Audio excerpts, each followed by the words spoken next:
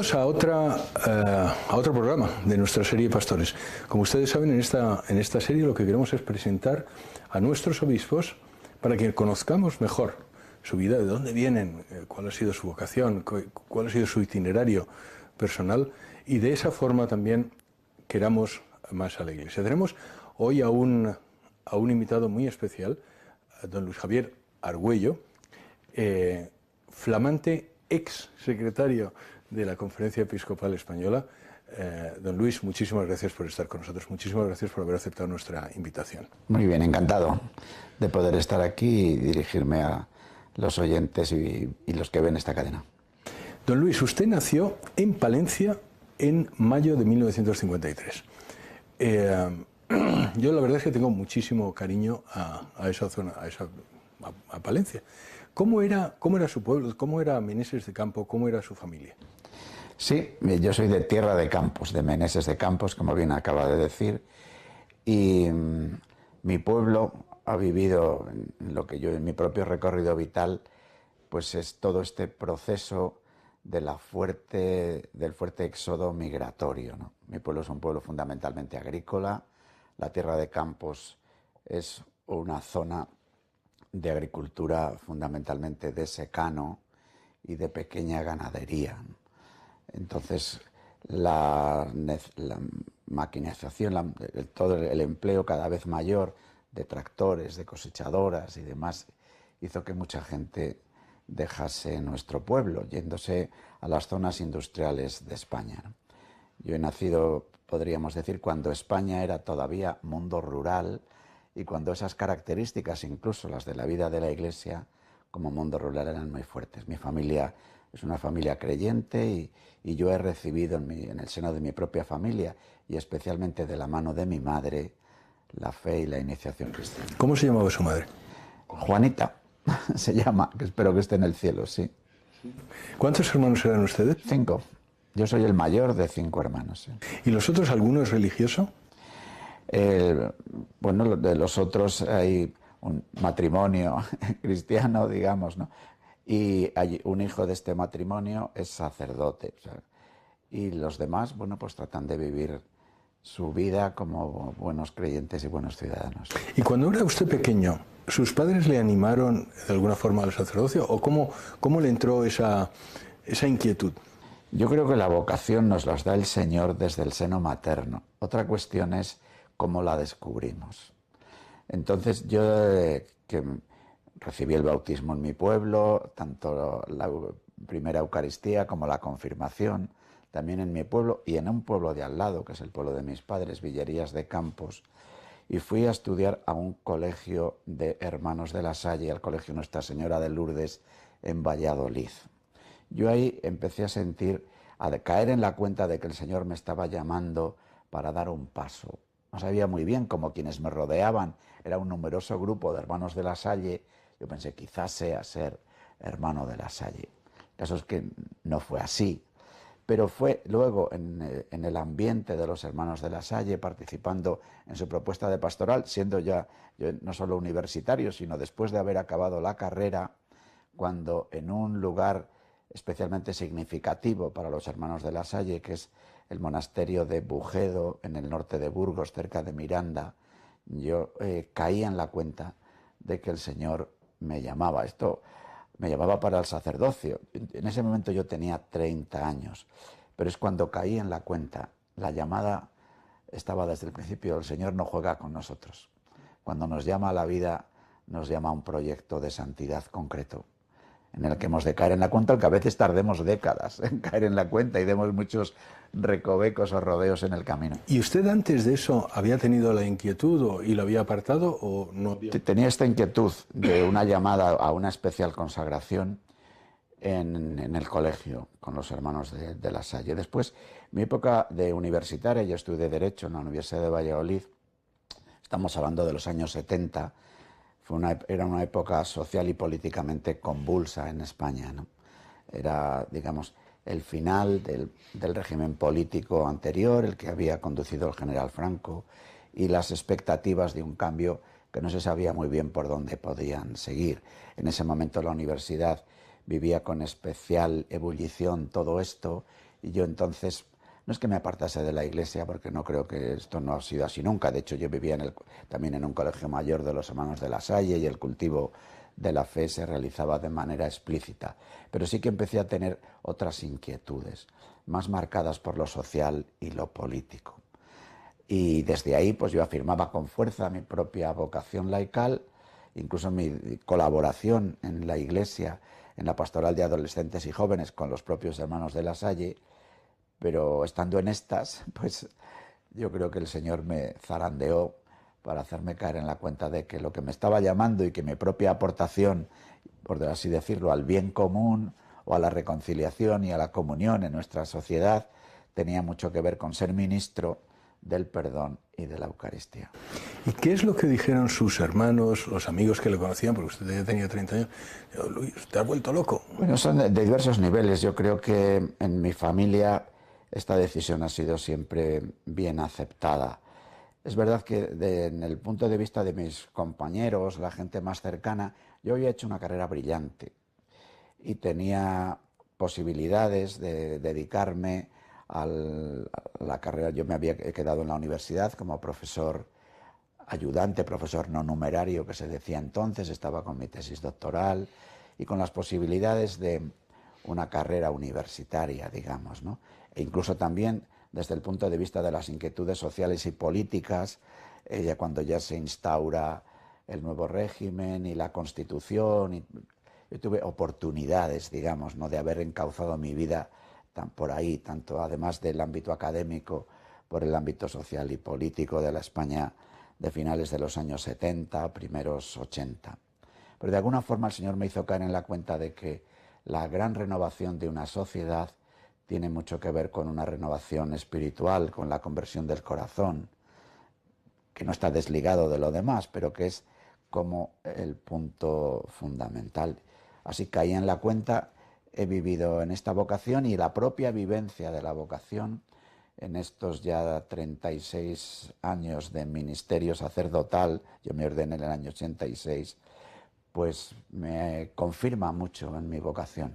Yo una vez que ya he dado el paso y que pasé por el seminario y me fui ordenado presbítero, pues no he dudado de que esta es mi vocación. Porque usted estudió en el seminario de los Padres Agustinos en Valladolid. Bueno, estudié en el seminario de Valladolid, solo que el seminario de Valladolid, en lo que se refiere a la dimensión intelectual de la formación, lleva a sus estudiantes a un estudio teológico que tienen los padres agustinos, donde en su momento también iban los alumnos del colegio inglés. En Valladolid sigue habiendo un seminario de ingleses, también los seminaristas escoceses y también alumnos de diversas congregaciones religiosas y algunos laicos que quieren estudiar la teología. En ese sentido, el centro teológico podríamos decir que tiene esa riqueza de procedencias, incluso de nacionalidades muy diferentes, y entonces la diócesis de Valladolid envía a sus seminaristas que viven en su comunidad formativa, claro está, pero a efectos del estudio de la filosofía y la teología, al estudio teológico agustiniano. ¿Qué recuerda de entonces? Bueno, yo recuerdo de entonces la pasión por ir descubriendo verdaderamente lo que significa la vocación sacerdotal. Es decir, uno cuando cae en la cuenta de que es llamado, pues tienes tu imagen sacerdotal, ¿no? Desde sacerdotes que te han llamado la atención, desde lo que uno ve, que pueden ser las tareas, las funciones sacerdotales. El camino del seminario te va haciendo caer en la cuenta de que lo esencial es que te dispones para recibir un sacramento y para ser un sacramento. También otro descubrimiento para mí en el seminario, desde la propia vida comunitaria, fue también el caer en la cuenta. Luego San Juan Pablo II lo dijo de manera solemne en Pastores Dabo Vobis, que el ministerio sacerdotal tiene una radical forma comunitaria, que de hecho uno cuando se ordena, la propia palabra ordo, orden, significa que uno se incorpora a un colegio. Y yo creo que esto es algo que estamos llamados a vivir y a cultivar siempre, pero especialmente en una época como la nuestra, que hace tanto elogio del individualismo y de la autonomía.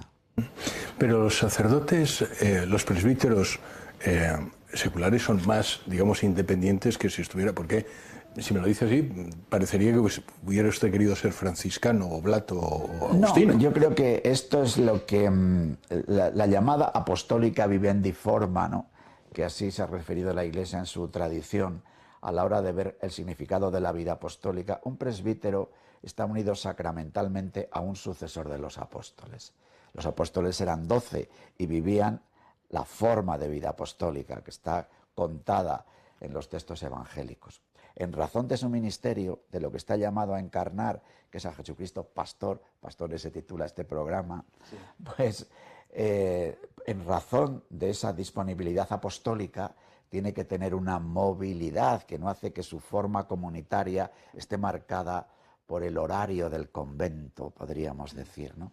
Pero la propia vinculación al obispo y el tratar de ofrecer y de ser ministro de la reconciliación y de la comunión hace que esa dimensión comunitaria, que no se expresa necesariamente en la vida bajo el mismo techo, tenga una importancia grande, aunque el propio Concilio Vaticano II recomienda algunas formas de vida común. De hecho, incluso cuando la Iglesia ha vivido grandes reformas, pensemos en el siglo XIII con Francisco y Domingo, o en el siglo XVI, ¿no? Con los jesuitas, o con lo que supuso en la vida española San Juan de Ávila, apóstol de Andalucía, ¿no? Siempre las grandes reformas de la vida de la Iglesia han mirado a la apostólica vivendi forma.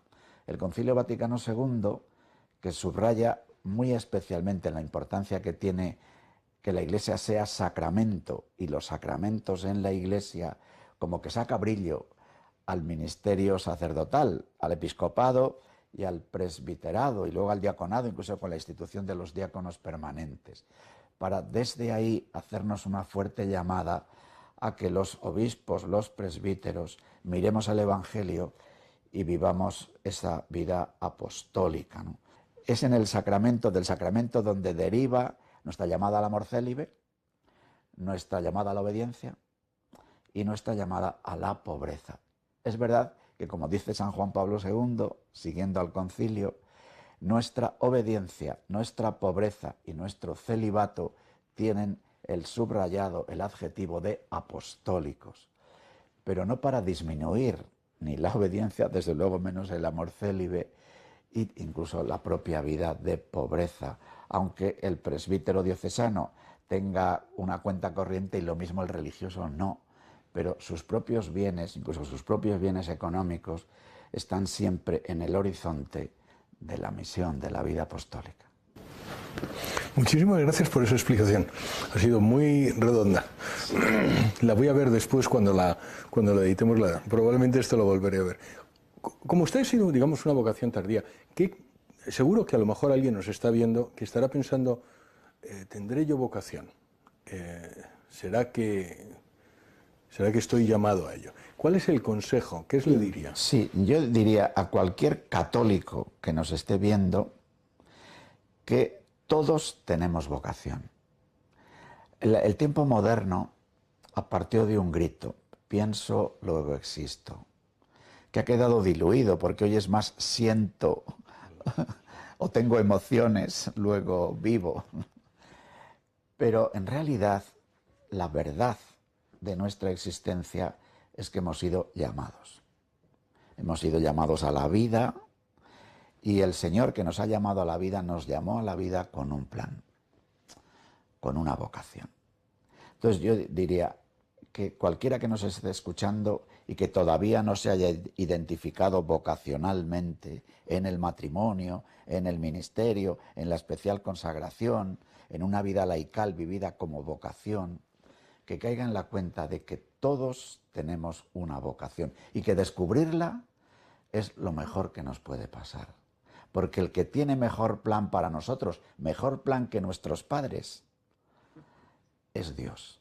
A veces hoy con familias que son de muy pocos hijos, los padres, incluso padres que quieren mucho a sus hijos, a veces les sobreprotegen o quieren pensar que tienen que llevarles de la mano y les da miedo pensar que puedan tomar una decisión de irse a un noviciado, ir al seminario, o incluso iniciar un noviazgo acompañado en la iglesia, un noviazgo pensando en el sacramento del matrimonio, ¿no?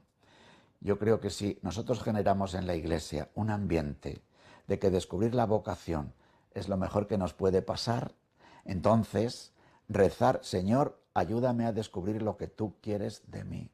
Buscar a alguien que te acompañe personalmente para poder hacer un discernimiento, porque el Señor va hablando. O sea, no nos coge así del oído o nos llama por teléfono, porque respeta tantísimo nuestra libertad, ¿no? Pero sí a través de acontecimientos, de personas con las que nos cruzamos, de momentos en la vida, de circunstancias de todo tipo, gozosas y dolorosas. Es como una línea de puntos que hace falta quizás que haya alguien que nos ayude a ir marcando la línea, señalando los puntos para en un momento dado caer en la cuenta de que el Señor te llama por aquí. Pero hay que partir, yo creo que nos ha hecho daño en la pastoral de la Iglesia pensar que la vocación es una opción. Yo, Señor, aquí estoy y en un momento dado me voy a decidir por ti. Es el Señor quien toma la iniciativa. Es verdad que luego para responder hay que tomar una decisión. No voy a decir yo que no haya que tomar una decisión. Igual que un hombre y una mujer que descubren la llamada en el enamoramiento, con el que uno se pueden cruzar en la vida, luego tiene que decir sí, y un sí serio, un sí que comprometa en el consentimiento matrimonial toda su existencia. Pero antes del sí del consentimiento del día de la boda, hubo una llamada. Y así es la vida. Podríamos decir hoy en las reglas del juego de lo digital, y que es el código fuente. El código fuente de nuestra existencia es que hemos sido llamados, que no estamos aquí por haber de todo, ni por casualidad, ni por modo mecánico, evolutivo, haber llegado hasta aquí, ¿no? Sino que hay una decisión amorosa que nos convocó a la vida con una vocación. Y volviendo a su biografía, a usted se ordena sacerdote en 1986. ¿Quién es el obispo que lo ordena? Don José Delicado. Don José Delicado Baeza, ya difunto y al que, aprovechando este programa, recuerdo y encomiendo, que para mí ha sido una persona, además de haberme impuesto las manos en el diaconado y en el presbiterado, por su ejemplo de vida, tanto siendo obispo titular como luego obispo emérito, es alguien que me ha ayudado mucho en mi camino sacerdotal. Y luego es usted también miembro del Consejo Episcopal. ¿Qué es el Consejo Episcopal? El Consejo Episcopal es el obispo, a la hora del gobierno de la diócesis, tiene un consejo cercano, un equipo de gobierno, podríamos decir, aunque el responsable es el obispo, y por eso hablamos de un consejo. Y entonces yo me incorporo al Consejo de Gobierno porque en un momento dado don José Delicado me hace vicario episcopal. Y al ser vicario episcopal entro en el Consejo. ¿Qué es un vicario episcopal? Porque aprovechamos este programa. Pues, vicario significa como en nombre de o en lugar de. Entonces el obispo de toda el ministerio que brota de su sacramento y la jurisdicción que la Iglesia le confiere precisamente por haberle dado la encomienda de ser sucesor de los apóstoles en una diócesis, bueno, pues no puede llegar a todos los sitios y al tiempo, y entonces tiene un vicario general, que es como una especie de alter ego del obispo, y que, como su propio nombre indica, al ser general, tiene competencias generales, prácticamente el derecho canónico le concede pues casi todo lo que un obispo puede hacer, menos lo sacramental. Claro, un vicario general presbítero no puede ordenar a diáconos ni a presbíteros ni a otro obispo. Habitualmente pues tampoco es el sacramento el ministro ordinario del sacramento de la confirmación, aunque sí que pueda confirmar por delegación del obispo. Y luego los vicarios episcopales de zona viven ser quien actúa en nombre del obispo en un territorio concreto o para una encomienda concreta que el obispo realice, ¿no? ¿Y usted fue párroco?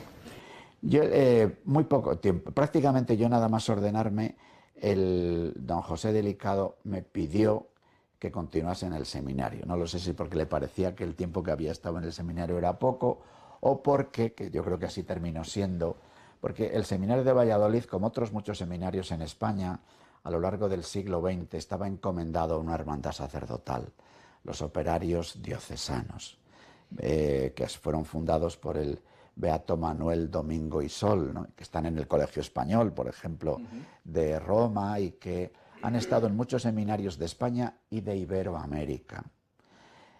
Pero progresivamente las diócesis han ido asumiendo esta encomienda a través de sacerdotes diocesanos. Entonces, don José Delicado, viendo esta posibilidad de hacer un tránsito de los operarios diocesanos a los propios presbíteros del presbiterio de la diócesis de Valladolid, pensó que era bueno que alguien ya del presbiterio estuviera en el seminario, fuera de alguna forma rodándose. Estaba el equipo de los operarios diocesanos, yo tenía otras encomiendas de carácter diocesano, más vinculadas a la pastoral de adolescentes y jóvenes, y a ellas estuve. Luego se produjo ese tránsito del que estamos hablando, y yo fui nombrado rector del seminario unos cuantos años después, ¿no?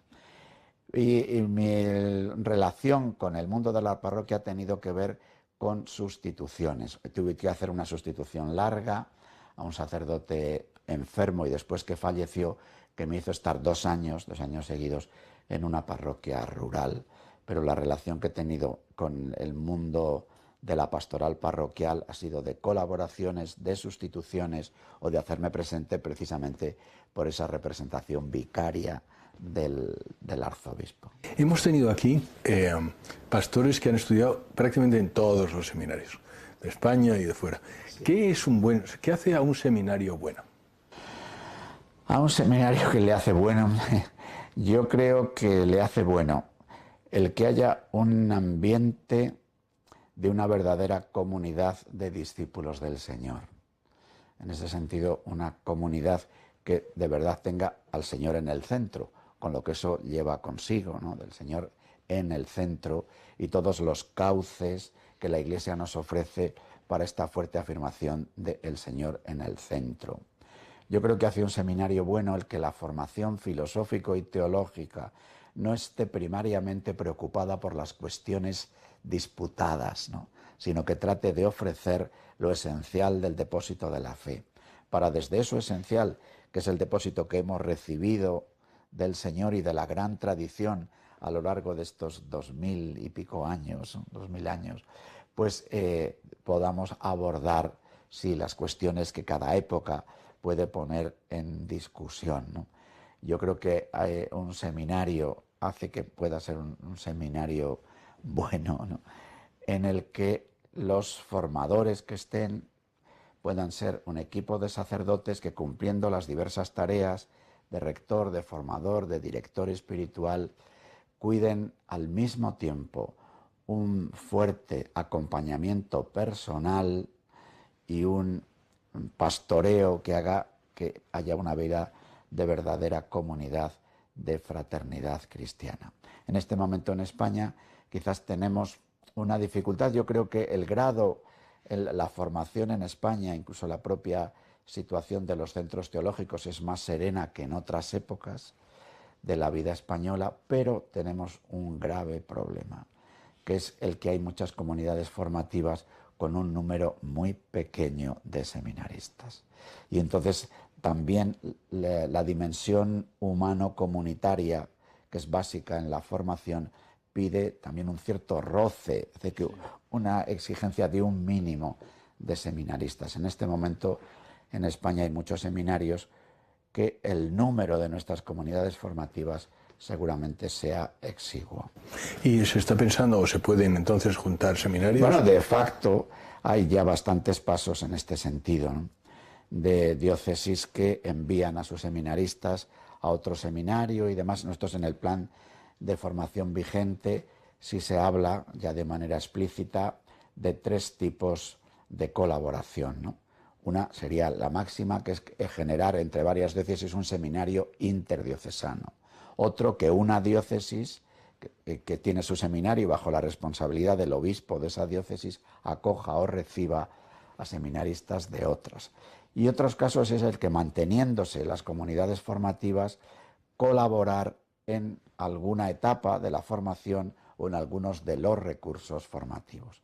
Luego está la otra cuestión, la de los estudios, en el que, como yo he hablado del caso de Valladolid, en vez de tener el seminario su centro teológico propio, que a la hora de tener profesores y los diversos cursos con un número exiguo de alumnos, pues sería ciertamente muy difícil poder tener un centro teológico al que acudan, digamos, estudiantes de diversos lugares de la formación, ¿no? Por eso son las diversas posibilidades que en este momento estamos viendo en España, además, claro está, de querer cultivar la pastoral vocacional. Es decir, por una parte tenemos un desafío, que es administrar la escasez, pero claro, no nos podemos quedar en eso, sí, en administrar la escasez, sino que tenemos que transmitir un entusiasmo para llamar a la conversión a quienes no son creyentes y para llamar a la vocación a quienes ya están dentro del camino eclesial. Debo decirle que ese también es uno de los objetivos de este programa. Sí. ¿Sabes? No diría yo incitar, pero vamos, animar a todas las personas, por eso siempre suelo hacer estas preguntas, a todas las personas que tienen potencialmente vocación, simplemente para que den el paso. Exactamente como usted ha dicho, la vocación la pone nuestro Señor, pero ellos al final tienen que firme aquí, ¿sabes? Sí, sí, sí. Y además, en este momento la Iglesia, toda ella es llamada a un giro apostólico, ¿no? A la salida misionera.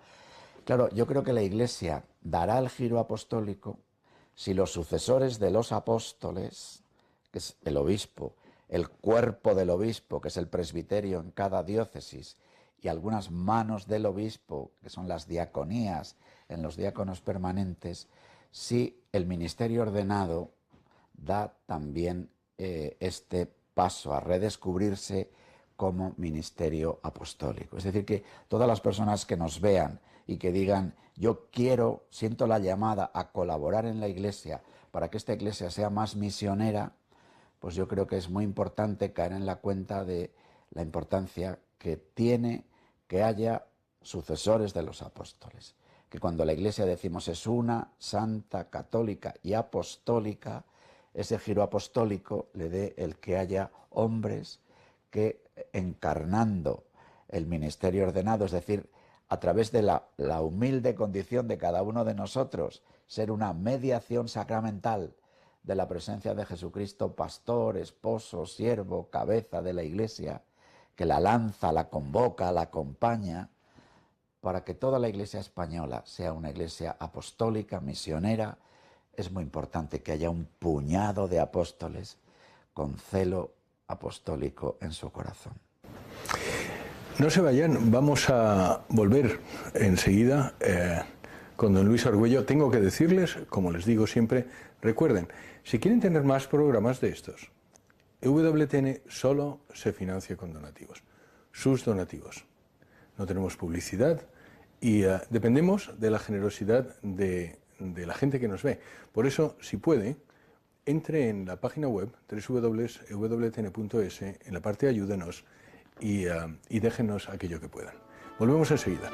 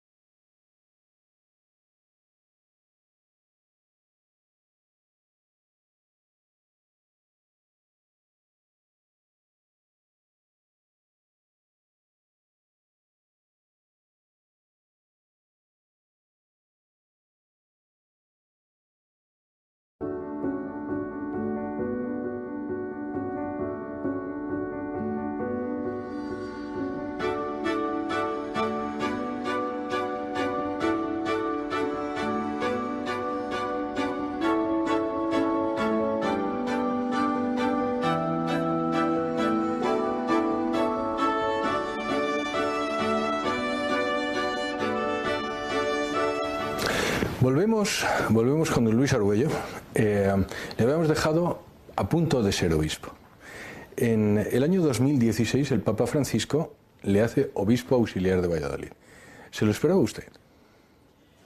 Pues hombre, yo creo que esta llamada, que en este caso sí, yo he hablado antes de la vocación que necesita signos externos, la llamada al episcopado es una llamada muy en directo. O sea, a mí me llamaron por teléfono para decirme que viniese a Madrid a la nunciatura porque el Papa tenía una encomienda que hacerme, ¿no?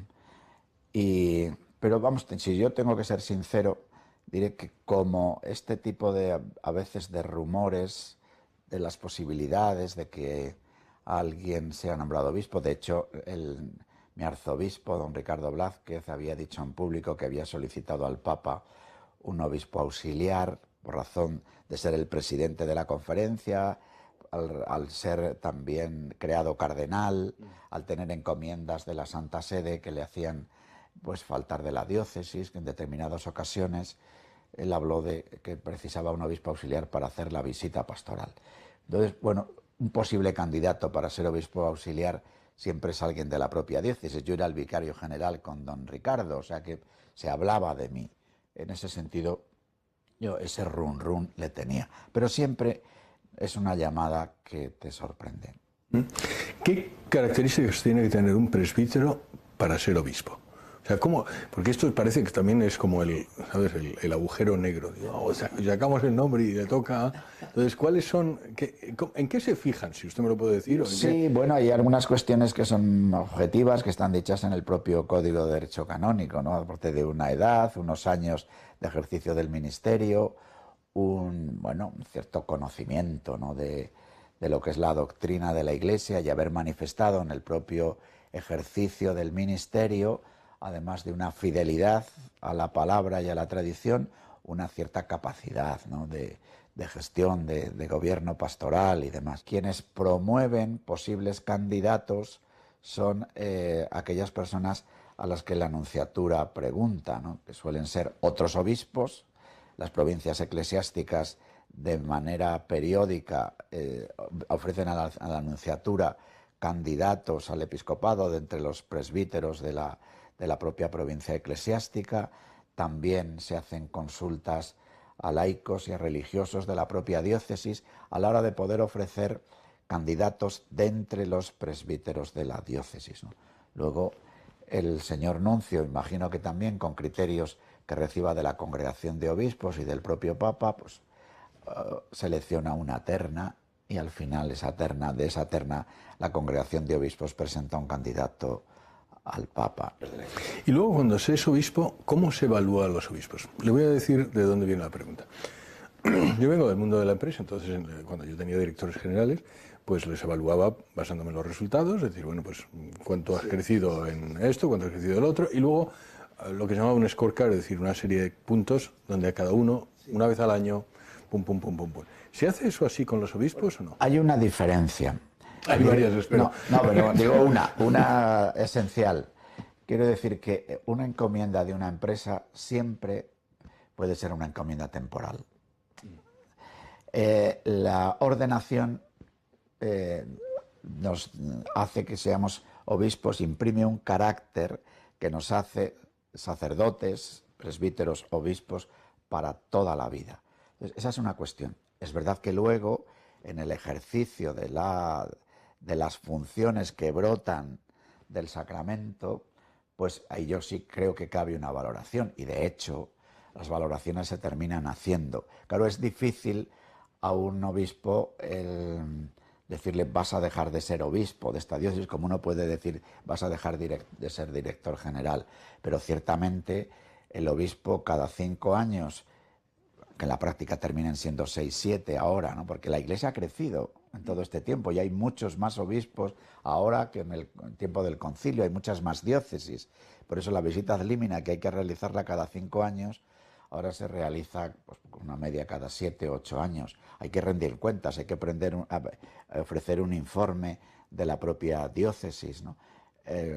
Constantemente la Nunciatura Apostólica puede recibir y recibe, de hecho, informaciones que le pueden llegar más interesadas o menos interesadas. A veces ante determinados pronunciamientos o decisiones de pastores, pues la propia Santa Sede, de manera directa y muchas veces indirecta, trata de valorar lo que está ocurriendo, y en algunos casos esa valoración termina en alguna conversación, en algún ánimo. Pero es verdad que desde el punto de vista de lo que pudiéramos llamar, yo he hablado antes de capacidad de gobierno, de la gestión, incluso empresarial, de esta empresa apostólica, en el mejor sentido y en el más noble sentido de la palabra empresa, que es la Iglesia, pues seguramente estos criterios de evaluación no les tengamos muy desarrollados. Es un polo, porque a veces si solo se ve al sacerdote, presbítero, obispo, por la gestión, por las funciones,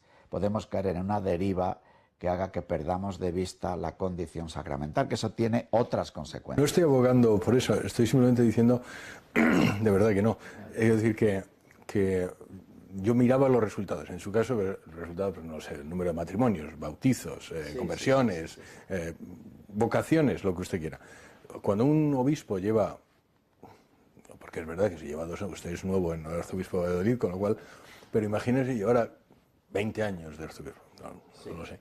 Hombre, yo creo que se le puede evaluar basándose en esos resultados. Otra cosa es, oiga, le ha tocado arar en un sitio muy complicado y entonces, bueno, eso también se toma en cuenta. Entonces, la pregunta es si esos resultados en concreto, es decir, número de bautizos, número de vocaciones, ¿se toman en cuenta o no en absoluto? Yo creo que se toman en cuenta más a escala interna de la propia diócesis a la hora de valorar lo que estamos haciendo, teniendo en cuenta las circunstancias del sitio y también las circunstancias de la época que nos toque vivir.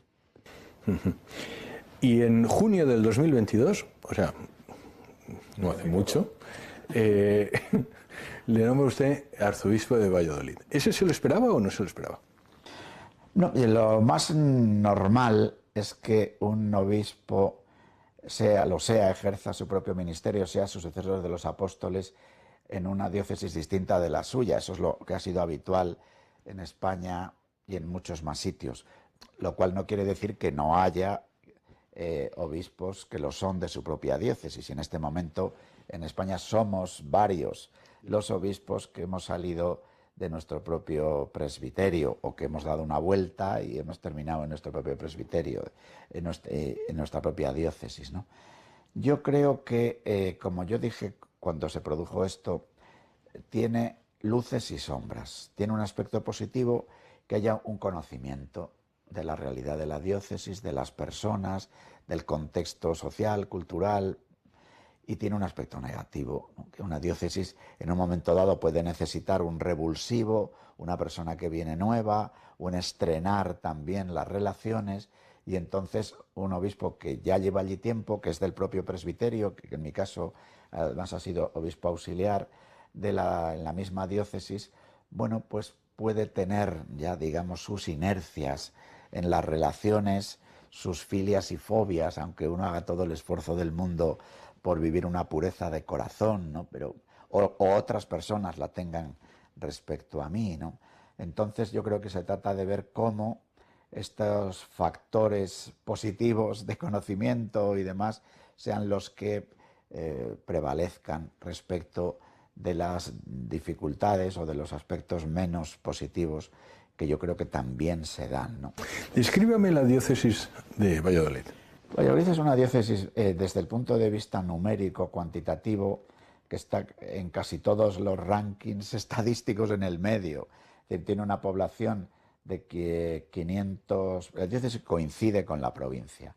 Entonces, en la provincia de Valladolid tiene 530.000 habitantes, que sería, por tanto, el territorio de la diócesis. No quiere decir que los 530.000 se consideren miembros de la Iglesia de Valladolid con toda fuerza, pero ciertamente la gran mayoría, aunque el grado de pertenencia sea muy variado, pero mayoritariamente, muy mayoritariamente, los ciudadanos de Valladolid se consideran miembros de la Iglesia Católica, aunque sea solo de manera nominal, o vamos, de eso que llaman catolicismo cultural, que no sé si es una expresión muy acertada. Nosotros tenemos 306 parroquias, que no son muchas para lo que son las diócesis vecinas, pero de estos me he referido antes a 530.000 habitantes, pues 400.000, alguno más de 400.000, viven en la ciudad de Valladolid y en los municipios del llamado Alfoz o del área metropolitana, diríamos con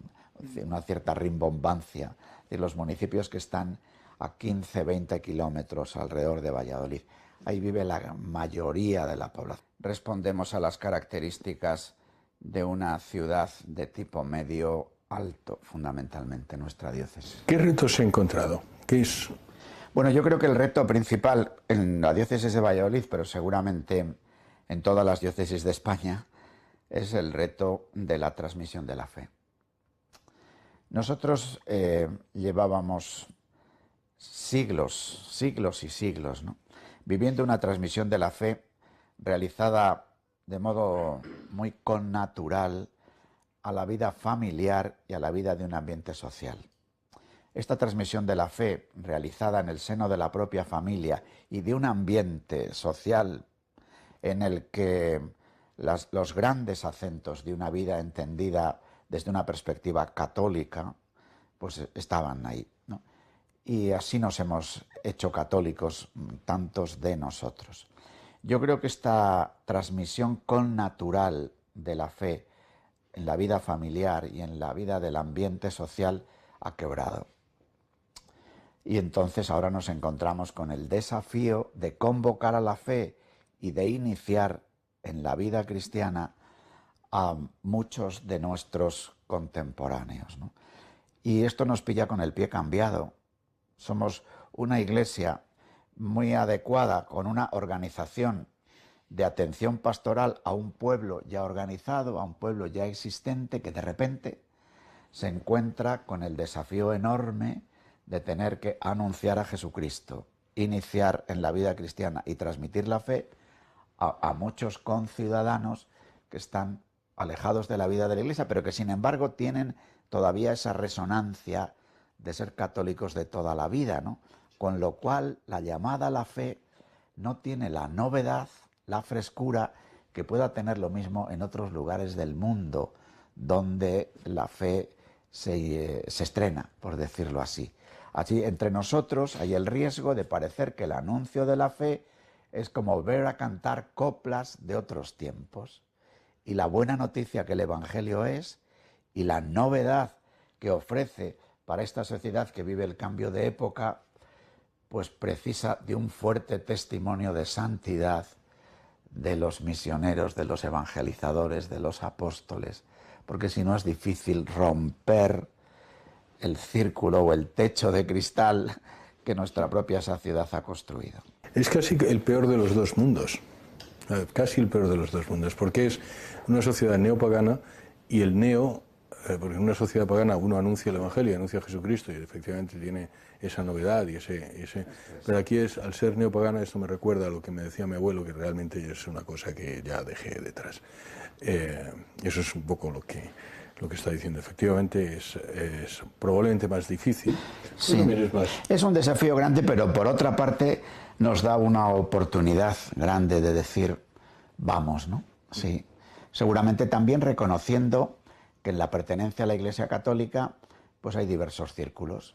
Entonces lo importante es que haya un círculo de personas que vivan la fe como vocación. Volvemos a un asunto de la primera parte, de con fuerza la fe como vocación, y al mismo tiempo, bueno, pues sabiendo que hay personas con un grado de pertenencia diversa a los que el celo y el fuego de este círculo, de los que viven la fe como vocación, pues ha de tratar de contagiar para luego todos ellos dirigirse a la muchedumbre. En el fondo es volver, lo dijo San Juan Pablo II en 1985, al modelo apostólico enteramente primero. Y el modelo apostólico enteramente primero se dibuja los 12, los 72, la muchedumbre y los pobres. Entonces ese dibujo del modelo apostólico enteramente primero, yo creo que sigue siendo una forma, la forma adecuada de la vida apostólica. Los 12 a los que me he referido antes, los 72, que son los laicos que asumen realmente su vivencia de discípulos y de misioneros, su vivencia como militantes cristianos, la iglesia militante, que es la que va peregrinando hacia el cielo, la muchedumbre que se acerca al Señor por diversos motivos. Algunos iban porque les sonaba bonito lo que Jesús decía o porque les daba de comer. Y luego juega un papel muy importante en la primera evangelización, en la que el propio Señor realiza las curaciones que tienen que ver con las realidades de pobreza del tiempo, que son pobrezas materiales y pobrezas espirituales, ¿no? Entonces, por eso la Iglesia, sin separar lo que pudiéramos llamar lo social de lo propiamente apostólico, evangélico, litúrgico, sino en una comunión de todas esas dimensiones, tiene que ofrecer este modelo apostólico, con los 12, los 72, la muchedumbre, los pobres. Hay una parte en su diócesis a la que le tengo especial cariño, que es el Santuario de la Gran Promesa, y me viene a la mente porque al final, en esa Gran Promesa, lo digo para nuestros televidentes que a lo mejor no lo saben, hay un sitio en Valladolid, un santuario inmenso, probablemente muchos lo saben, donde Jesús nos prometió que reinaría en España y más que en otros sitios, se lo prometió a Bernardo de Hoyos. Dígame... Sí, me alegra mucho que traigamos a colación al corazón de Jesús, ¿no? Y además a la revelación que experimentó el beato Bernardo Francisco de Hoyos, ¿no? Que todos nos alegramos y hacemos peregrinaciones y vamos a santuarios donde ha habido apariciones de la Virgen, ¿no? Pero aquí estamos hablando de una revelación del mismo Señor, ¿no? Sí. Que la Iglesia ha reconocido. Y entonces, en ese sentido, yo creo que el Bernardo de Hoyos acoge lo que el Señor le manifiesta como un tesoro, como el tesoro escondido, así se llama el libro en donde el beato Bernardo recoge su experiencia, que es el tesoro escondido que está en el corazón de Cristo, al que llegamos por la herida de su costado, que nos hace caer en la cuenta de su amor inmenso, de un amor divino que nos ama con un corazón de hombre, con un hombre que nos ama con corazón divino, porque es verdadero Dios y verdadero hombre, ¿no?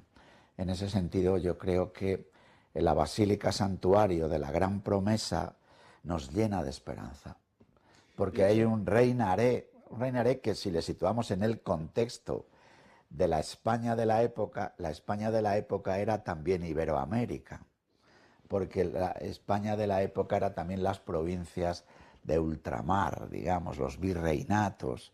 Entonces, en ese sentido, esa fuerza del reinaré, yo creo que nos hace caer en la cuenta a todos los creyentes de la España de un lado y de otro, del océano Atlántico, de una especial responsabilidad respecto de la transmisión de la fe en el mundo.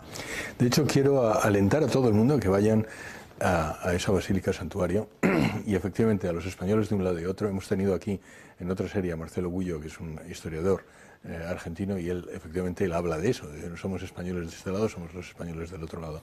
Y nuestro Señor dijo que reinaría en España, y como usted ha dicho, sí, España de todos los lados. No, antes de que se termine, quiero abordar una parte que es muy interesante, como se puede imaginar. Usted fue el secretario de la Conferencia Episcopal. ¿Qué es, primero, qué es el secretario de la Conferencia Episcopal? Es alguien a quien los obispos, a través de la Asamblea Plenaria de los Obispos, encomiendan el llevar el día a día de las actividades de la Conferencia Episcopal Española, ¿no? Que es un instrumento al servicio de la comunión de los obispos de España, que no tiene ninguna autoridad jerárquica sobre los obispos. Los obispos responden ante el Papa, no ante el presidente de la Conferencia Episcopal. Pero sí, no cabe duda de que es un estupendo instrumento para la comunión entre las iglesias, para que los obispos que forman parte del colegio de los 12 tengan un ámbito donde expresar esa colegialidad. Entonces, la Conferencia Episcopal tiene sus órganos, asamblea plenaria, comisión permanente, comisión ejecutiva, tiene las comisiones en las que se organiza para abordar asuntos diversos de la evangelización y de la acción pastoral de la vida de la Iglesia, y el secretario general trata de coordinar, de animar, de alentar, de preparar las reuniones, de ejecutarlas en ese día a día de la vida de la Iglesia. El secretario general, habitualmente el que pone la cara ante los medios de comunicación social y habla en nombre de la propia Conferencia Episcopal. Y también tiene otra dimensión, que es de las relaciones institucionales, la relación con las administraciones públicas, con los diversos ministerios del Gobierno de España y demás, ¿no? Entonces, todo esto hace de que la experiencia de secretario general sea una experiencia extraordinariamente enriquecedora, porque te ayuda a conocer de otra manera a los propios hermanos obispos, a conocer la realidad de la Iglesia en España, y luego, en esa otra relación con la sociedad a través de los medios de comunicación y con las administraciones públicas, pues te hace también ver cómo la Iglesia es percibida y todos los desafíos y problemas y las dificultades tan grandes que hay para poder transmitir la verdad de la Iglesia a unas reglas del juego de los medios de comunicación que están marcadas por los titulares y por aquello, buscando aquello que más puede llamar la atención, más que por otras cuestiones. Esto, bueno, para mí ha supuesto en algunos momentos situaciones de cierto dolor, pero la experiencia global de 4 años dedicados a la Secretaría General ha sido una experiencia personal enriquecedora que me ha hecho crecer en el amor a la Iglesia tal como es, formada por hombres frágiles, pero por otra parte por hombres que han recibido una llamada del Señor y han sido ungidos para ella. Ha habido, y se lo quiero trasladar, he hablado con muchos de sus hermanos en el episcopado que me han trasladado que usted ha realizado una labor impagable para la Iglesia, para la Conferencia Episcopal, en los 4 años que ha estado. Y quiero decírselo públicamente. Ellos no se lo dirán, o se lo dirán, pero eso es su problema. En mi caso, yo también, por la parte personal y por la que conozco, también le agradezco muchísimo por esa labor que ha hecho.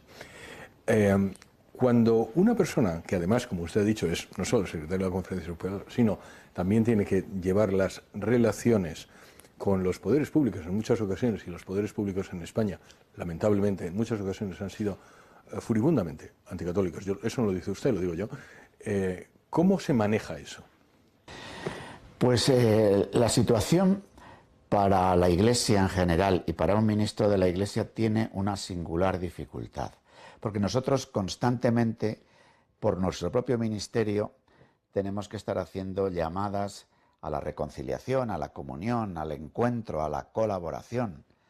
También tenemos una encomienda, que es la defensa de la verdad y del subrayado de la dignidad de cada persona humana, ¿no? Y de lo que, de alguna manera, por resumirlo en una expresión, lo que la doctrina social de la Iglesia significa.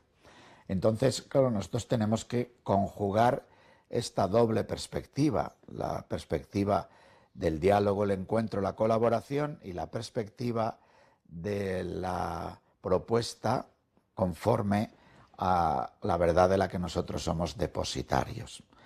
Pero de todas formas, para mí lo que ha resultado más significativo de esta etapa es que por parte de las autoridades gubernativas, de parte del gobierno de España en este tiempo, ha habido una facilidad para poder tratar de asuntos patrimoniales y económicos y una práctica imposibilidad para poder abordar asuntos educativos, antropológicos, aspectos en los que la propuesta de la Iglesia estaba más lejana, incluso contraria a muchas de las propuestas que se han hecho en estos últimos años por parte del gobierno, ¿no?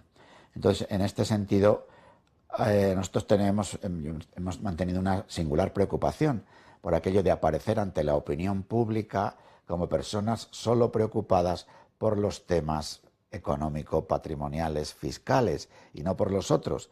Pero, vamos, yo sí que podría decir que en todas las reuniones que nosotros hemos tenido para tratar de asuntos, digamos, económico-fiscales, siempre hemos querido que constase en acta el deseo de hablar de otras cuestiones.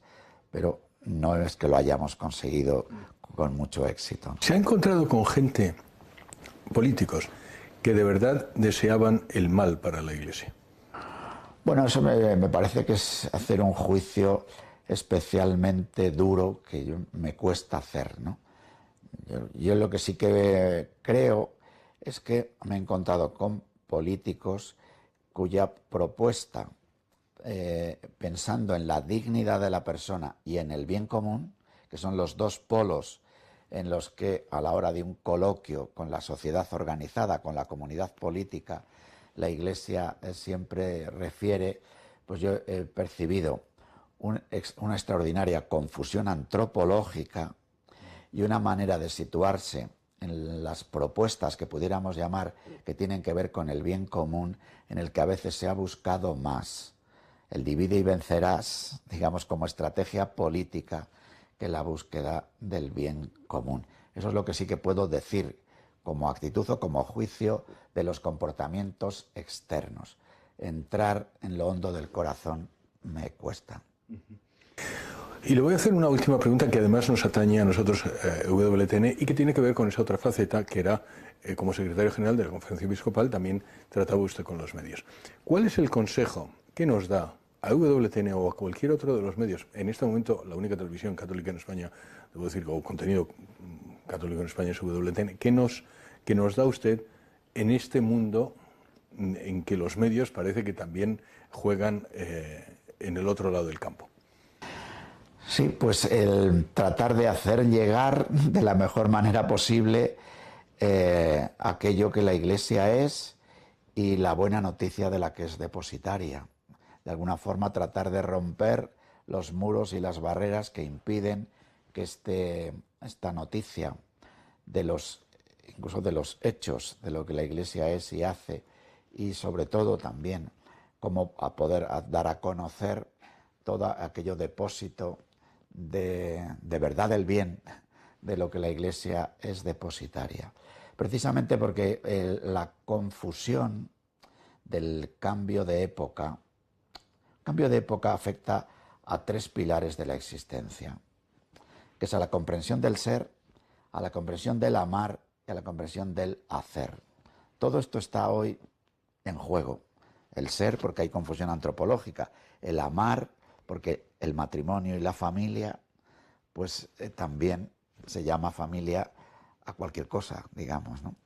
Y el hacer, con la revolución tecnológica, con la revolución que está afectando a las condiciones laborales, que está afectando en la globalización, a las relaciones económicas y políticas entre los países, todo esto está en verdadera ebullición y al mismo tiempo, o que podríamos decir como resultante, está también en arenas movedizas la conciencia histórica. Es decir, la mirada hacia el pasado está totalmente contaminada con propuestas ideológicas del presente.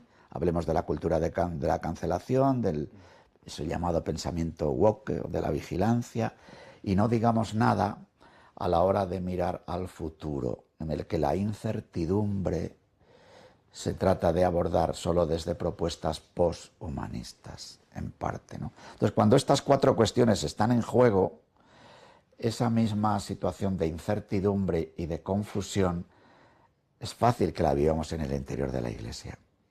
Entonces, poder ofrecer de una u otra manera diálogos, propuestas de lo que es lo esencial de la fe de la Iglesia, cómo eso entra desde su doctrina social en diálogo con las realidades de la persona, de la familia, del trabajo, de la política, del mundo internacional, pues la verdad es que lo necesitamos. Muchas gracias, don Luis. Muchísimas gracias a ustedes también por estar ahí, por seguirnos en la serie Pastores. Les convoco para el próximo episodio y hasta entonces, y como siempre, que Dios les bendiga.